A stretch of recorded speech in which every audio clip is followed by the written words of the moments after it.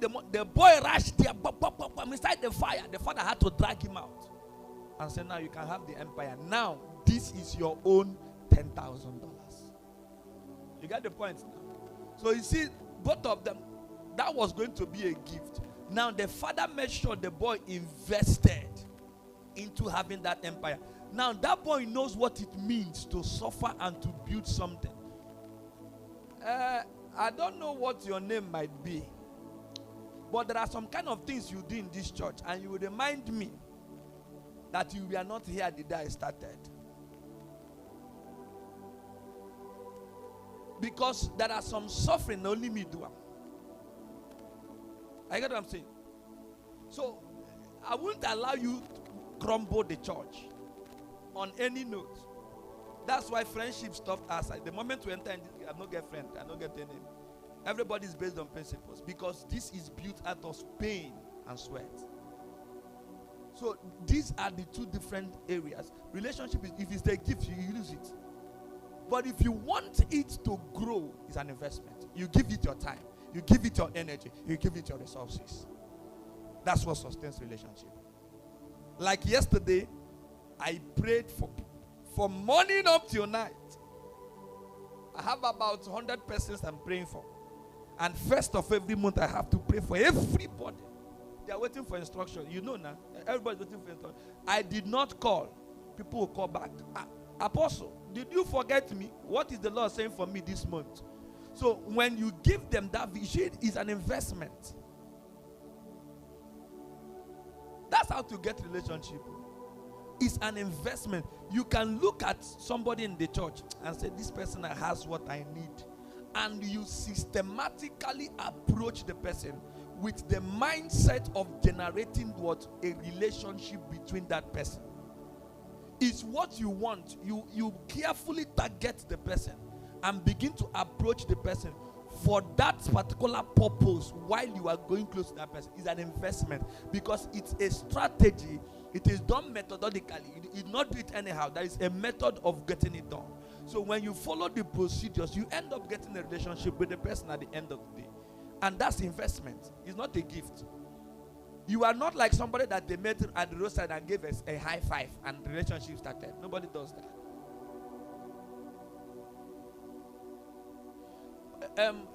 Mothers will tell you, don't just, even if you love the person so much, don't just say yes. You should drag it and drag it and drag it and drag it and drag it. What you are trying to make the person do is what? Investment. So when the person now has that, he does not treat it as a gift. Abba, am I alone? So you keep dragging it, you keep dragging it, and then at the end of the day, you already know from day one. Girls, when they ask you out, you already know at that instant whether they are going to say yes or no. Is it not? Then you now come and start pretending. Call me back, I'm busy. So people that have patience will start calling you back. People that don't have patience, kiss you, and life goes on. So it's an investment. Thank you, sir. All right. Before I, what? Hey, see time. Yay. There is challenge. Holy Ghost will help us. All right. Let's see what we can do. Before we commence, I want to honor the presence of my grandmother, who is here today in our midst. Please, the Lord Grace Prophecies Church, let's stand up to honor a great woman of vision. Mama, you're welcome. Mama, you're welcome. Please, before you, I don't know what you are clapping for, but I'm sure it's not my grandmother. Because if we talk about women of faith, in all mannerism, she's qualified. You talk about a grandmother, in all mannerism, she's qualified. She took the gospel from a particular commission by herself to a nation. It was through her the Apostolic Church, Nigeria today, got into Gabon. So to bet a church in a nation, not a city, requires a spiritual womb. And she has given birth to so many in that fashion. So please, with this manner of reference, let's honor her. Deaconess Eunice Atuma, please. Make it better, make it better. Make it better. Make it better. All right. Mama, you're welcome. Thank you, man. All right. She will be here on official base. She came on her own. I told her not to come. I'm not ready to host her. She said it's a lie that she's coming. So when she comes,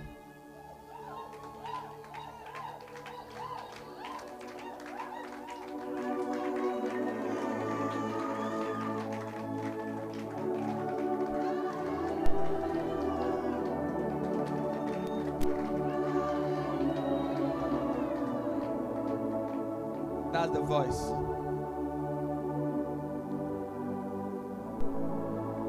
Remember when I told you that someone gave me a seed of 10,000 and she said, I see people give money. I don't know what it is for, but since I have you, oh yeah, this is my own. I have seen my grandmom in all manner of things. They didn't go to school while looking at the scriptures. You know that story I was telling you now? Someone kept on looking at the scriptures and then she suddenly began to read. It's from her.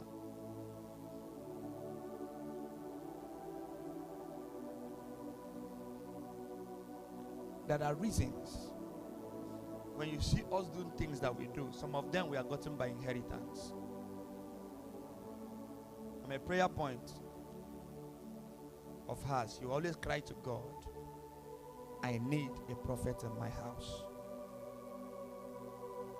My grandfather died at the age of 50. I was not opportune to see my grandfather. And she has been able to make sure everybody in the family follows one God. That's the hardest job to do. And it's not a camouflage. You see the sincerity of heart. And if at this age, all your children can still hear you when you shout, you have done well in the place of training. Am I talking to us? You have done well. And so whenever I stay with her, I learn a lot.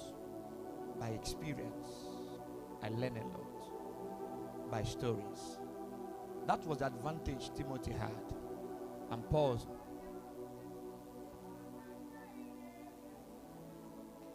Abu mi hembo mewoya, omere ya nambe ya, Jehovah mewoya, o mewoya, Jehovah jade mewoya, Abu mi hembe mewoya, o mewoya nambe ya, Jehovah mewoya, o mewoya, Jehovah jade mewoya. Abu mi hembe mewoya, omere ya naokea. Hallelujah. All right, our topic today is industrial complex, right? All right, so we have a lot. So anytime the time is over, we'll close. The moment you think about becoming a man of wealth, your attention needs to shift from money to economy. Please, if you are a business person and you ever want to become successful in life, you want to become really successful, don't joke with anything I'm going to say today. I said that the moment you want to become successful in life, your attention needs to shift from money to economy.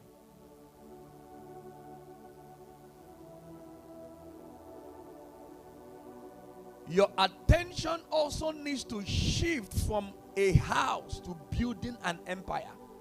If your goal is still to build a house, you are still small. Your goal should shift from money to economy, and then it also shifts from a house to building an empire. Please, I want you to take everything I'm saying here serious. Now, on your pathway to greatness, not just being successful. From my own research, there are 3 key things that you should understand. Actually 4, but I summarized it to 3. Number 1 is politics and religion. What did I say? Politics and religion. Number 2 is you must understand influence.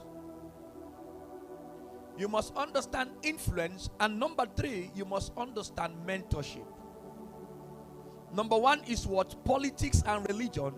On your pathway to greatness, these are 3 keys you are essentially going to need.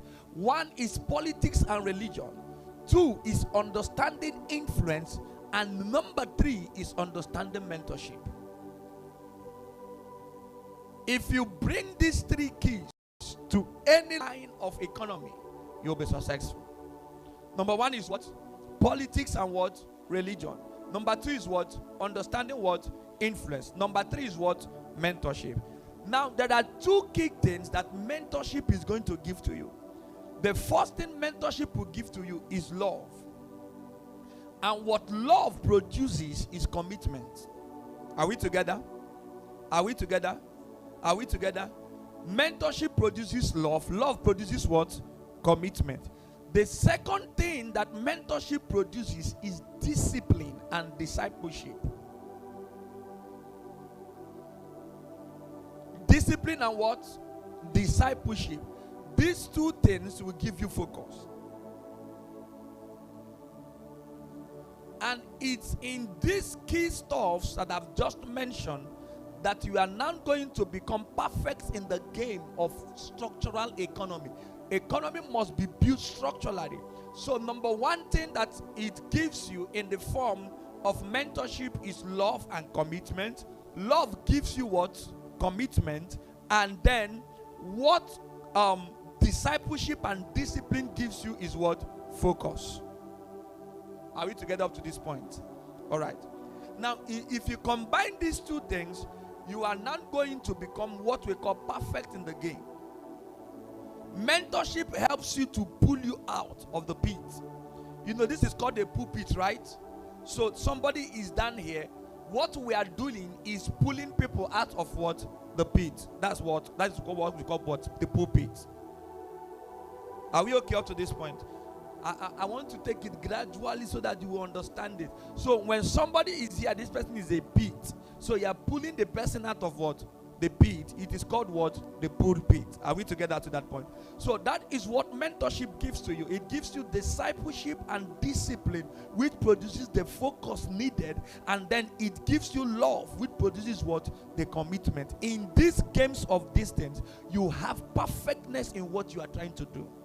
So you cannot go without the order. Remember, the 4 keys is the key of what? Politics and religion, understanding, influence, and what?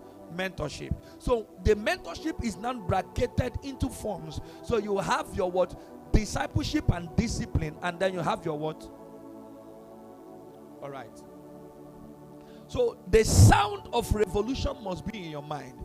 The moment you want to be a great person, revolution must be in your mind. What is revolution? It's changing something. You are going to change a status quo, a general belief system. A great person always targets the general belief system. We call it in the business world a hostile takeover. Now, what I am trying to say is that let's say that it is agreed that in every commission, let's use, because we're in ministry, let's use ministry for example. All right, I would always like to use my daughter. Let's use Grace cake. She always bakes cake. Grace, what is the in thing in cake now? What is the fondant, right? Okay. So you have your fondant designs and all that. And then if you want to become great, you need to start thinking about something that is not fondant, but can be able to represent fondant and still make sense. Are you getting what I'm saying now? So your first action is to have a mentor who is able to guide you properly for you to understand fondant. Because if you do not understand fondant very well, you will not understand the weaknesses of fondant. So every other person might go into the job with the idea of fondant. I need a fondant. Because you need to understand that the person selling the recharge card and the person that owns Globe, both of them are in telecommunication. When they engineer you in rubber, and when they fuel in rubber, both of them is in oil and gas. So if you ask somebody who sells engine oil on the roadside, what is your business? You say, I'm not coming to oil and gas. The person is right. But the problem is, at what level is the person playing the game of the oil and gas? Are we together? Now, even in churches, we have rankings in churches, right? That is not every church that is ranked the same way. We have people who use local speakers respectably. That's what they can afford. Glory be to God. The God is taking glory in the midst of their commissions. But there are other people who also use acoustic speakers. You cannot compare the sound of local speaker to the sound of acoustic speakers. Am I making sense? All right. So the level at which you want to play the game is the level of mentorship you should be looking for. You do not look for a mentor in a low level when you are going for a higher level. That is why in the choosing of mentorship, emotions is not there. You cannot go and tell somebody that is better than that you are better than to mentor you. You already a 4. Somebody that is better than you can never mentor you, because the person is meant to pull you up. So if you are better than the person is eventually going to do what? Pull you down. All right. Now you need to understand another thing, that you have to check the knowledge, wisdom, and understanding quotient. In the wake of choosing somebody to mentor you, you need to check what is the level of the understanding, what is the level of the wisdom, what is the level of the knowledge. Because we are going to bring problem that is going to lead you. Now, there are some, when I tell people, when you want to take a risk, take what? A calculated risk. You know what a calculated risk is? A calculated risk is a risk that has been calculated and the margin for error is 0. That's a calculated risk. A calculated risk is a risk that you are going to take, or you are eventually taking, that you have calculated mathematically from the field of economics and mathematics, and the error of margin is equal to 0, which means there is no chance of failure. For example, they that trust in the Lord shall be what? Shall be strong, right? Put that particular context in any place in the world, God does not fail. The only reason why we are following God the way we are is based on 2 things: God's faithfulness and God's integrity. Because for any reason his integrity shifts, we will shift too. The reason why he is called a sovereign God is because he is faithful and his integrity stands for sure. And that is why the Bible said, has he said it, he will not do it. So before we decided to believe God, we looked at God's capacity first. That is why he even said in Malachi, he said, bring in your tithes and your offering into the storehouse of the Lord. And he's made a statement of a mathematical statement. He said, prove me herein in this, if I will not. So he's asking you that if you can bring this tithe and offering, there is an equation that backs it up. Is a proving that he, God, cannot fail on that.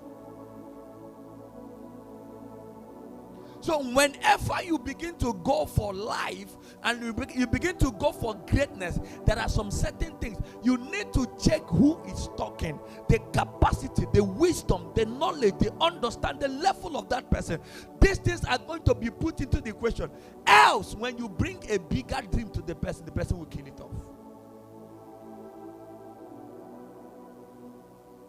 So these are the seed that you need to understand. So a revolution, you must have a revolution mindset. Now that is what we call, all right, if you can put it up, you can just see it, that's okay. Let's go from verse 7. Malachi 3 from verse 7.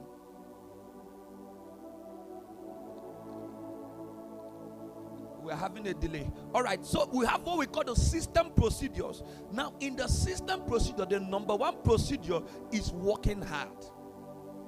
The moment you want to be great in life, you must accept you are going to work hard. Now, what do I mean by working hard? Long hours. If you say you want to be great in playing drums, you need to have a rehearsal, systematic, methodologically progressive rehearsal. It's systematic, it has a method, and it is what? Progressive. Do you know what I said? It's not just come every day. I do like this. This is not a hazard. Because it is not systematic, it does not have a method, and it is not progressive. What makes it systematic is that if I have made like this on the first day, if I come the next day, it should be. You see, it's progressive. Now, if it is not progressive and it has no method, it cannot be called a rehearsal. So in working long hours, it has to be systematic. It has to be what? Has a method or methodological. And then number 3, it has to be progressive. The progression is where you begin to advance and develop. So the moment you accept you want to be great in anything in life, this is the first key. Understand you're going to work hard, and understand it's going to require long hours. The long hours is the rehearsals or the practice. The best way to become better in anything is to what? Practice, practice, and practice. And for you to do that, it has to be systematic, it has to have a method, and then it has to be what? Progressive. Secondly, you need to understand that you have to have orderliness in that particular endeavor. You have to have orderliness. The orderliness is going to produce dedication. The way in which you do that thing. Because what dedication produces, every dedication to any given task produces uniqueness. So when you are dedicated in that thing over a period of time, you will begin to produce your own uniqueness. So what makes you separate is your own uniqueness. And you are never going to produce that uniqueness except there is what? Dedication. Am I teaching good? Now you have to have absolute methodological process. Absolute methodological process. When I mean absolute, is that it has to have a clear-cut definition of how you do it. You don't guess, you don't second guess. You don't say, if I try this one, it fails. I try this one, it fails. I try this one, it fails. I try this one, it fails. No. You stay on it. You follow the procedure.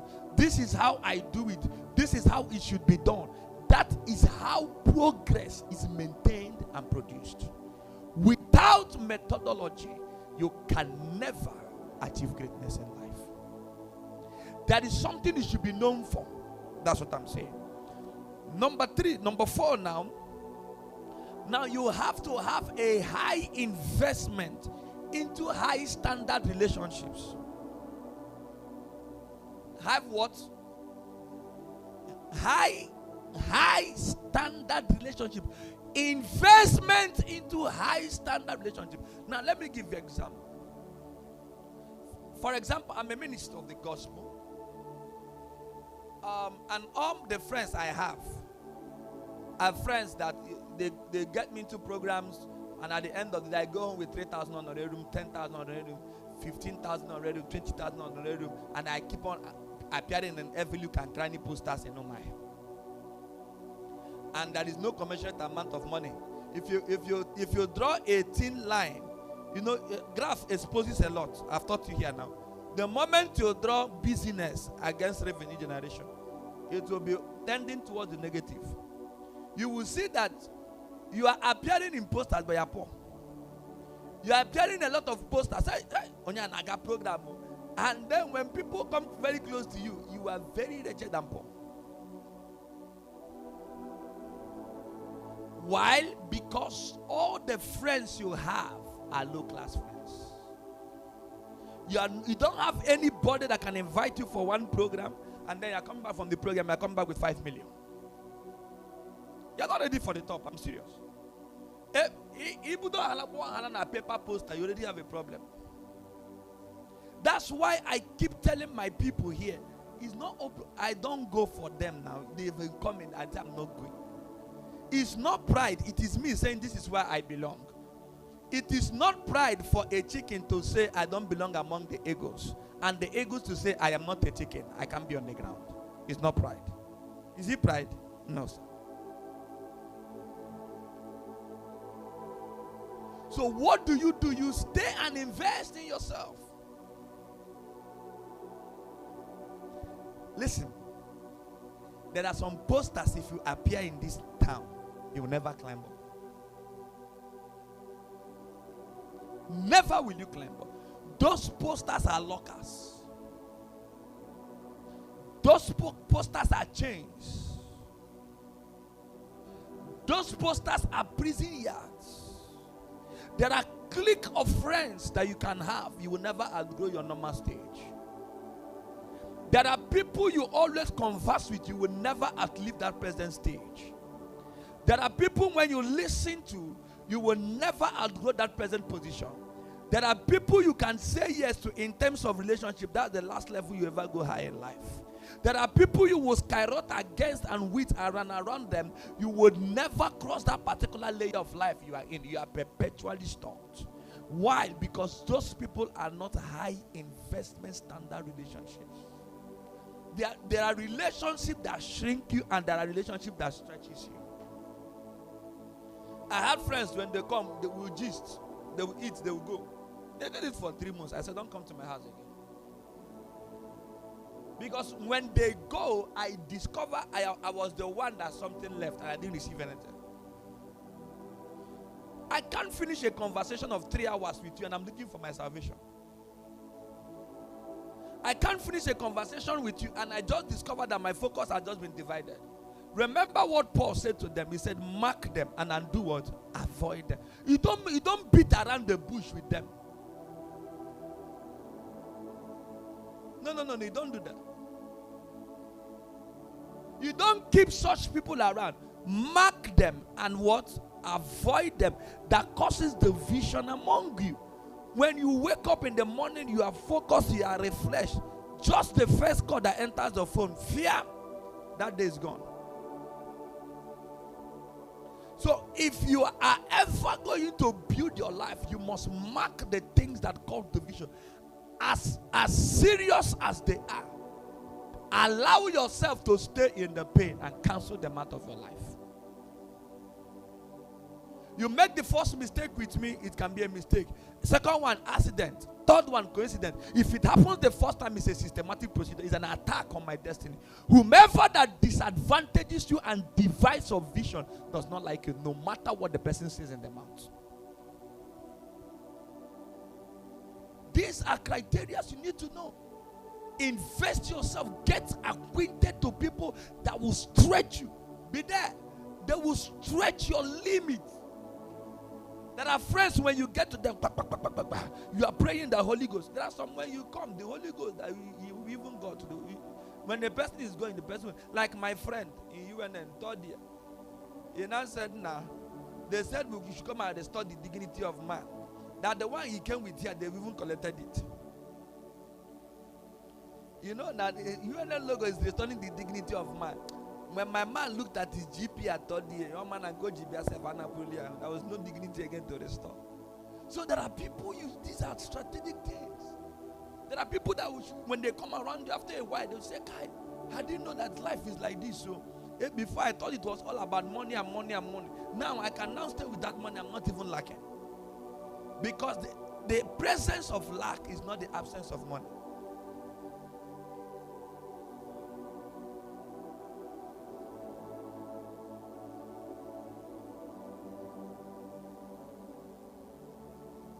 I have 3 minutes.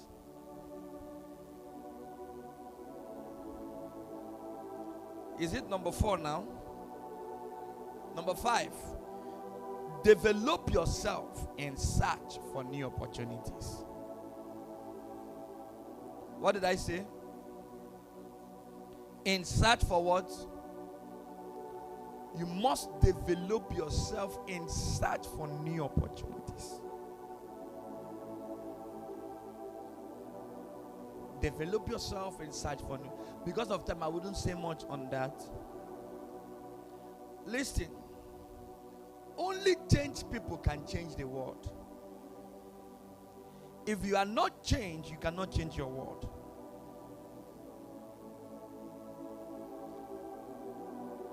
Without roots, there is no fruits. Without what? Without root, there is no fruit. What produces the fruit is the root. The strength of the tree is not in the branches. The strength of the tree is where? In the roots. You look for new opportunities. Get yourself truncated.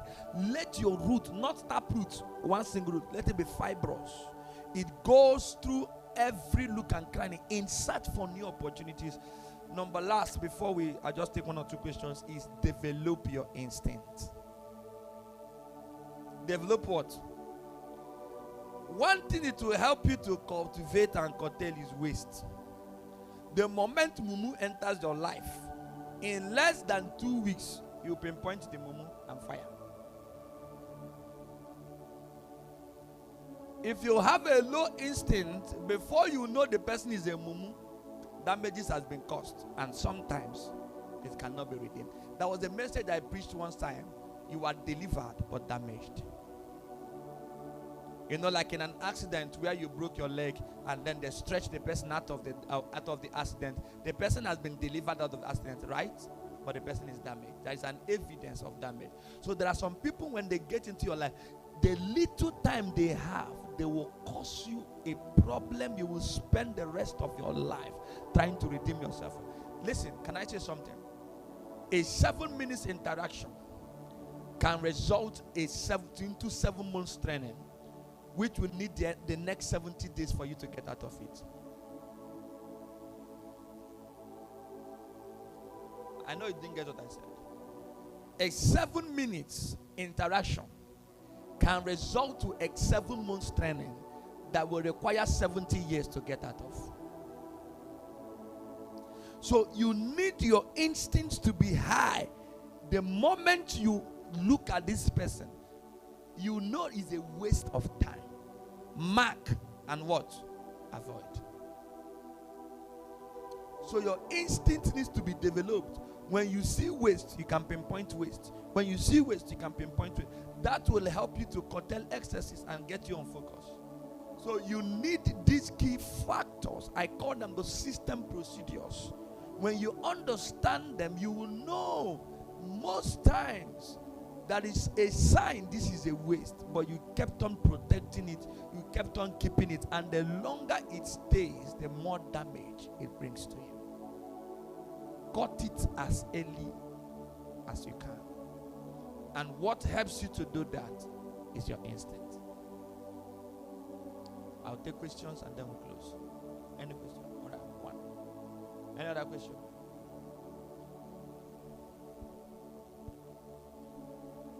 Praise the Lord. Hallelujah. Thank you, sir, for this teaching. My question is from mentorship. Okay. I don't know how to put this question. Is it when you are about to choose a mentor as a lady, is it advised for you to choose a man as your mentor? Because anyone. Like I'm saying, because I've seen situations or cases where when a lady chooses a mentor, you tell the person everything about you. You're kind of close to the person. Is he a lady now? A lady choosing a lady? No, choosing a guy. A guy, yes, okay. As a mentor. And you will see yourself telling this person everything about you. He advises you. You are kind of close and everything. And at the point, you start developing feeling for that person. That's why I asked if it's okay for a lady to choose a guy as a mentor instead of choosing a lady. Okay. Because most times they don't define the mentorship. Yes. How it's meant to be. Are these people single? Yes. There's no problem with it. We conducted a research in my school in Castle, and we discovered for the past 7 years, president is the married financial secretary. It was a norm for 7 years. President is financial secretary, wife. President, financial secretary, wife. President, financial secretary, wife. Because every man wants a woman that will take care of his money. Yes, sir. And the woman loves the figure of the president, being the Lord of all in school. And then he's commanding a lot of respect. You could see his composure and a lot of things. Respect is being accorded with him. It always clicks, and it's not bad. And then you always see prayer card with VP. You see the linkage now. Let me tell you, one of my mentors will always tell you, as a single person, don't get another single person as a lady, as a prayer partner. Both of you are married. Start on a neutral base. Say, Kai, the Lord sent me to you. Kai, Pastor Schumann, the Lord has sent me. And you are in a relationship. You have successfully ended that relationship. That day you started that prayer, they ended it. You know why? That's what we call mingling. Once both of you keep playing, your spirit begins to align together. And once that alignment happens in heaven, now you will now begin to deal with the excesses of that person. Because originally what you went for was spiritual what? Problem. But you did not analyze the physical deficiencies of that individual. This is a reason for crisis, especially to the believers. The marriage they entered into solved their spiritual problem, but left them with much of physical and financial problems. And so there is a heavy struggling in the midst of all those things they are doing, because that guy is meeting your spiritual needs, but you are down physically, you are down emotionally, you are down financially, and you are looking at your life. How did I get myself into all this? You got into it by intercession. You can never intercede successfully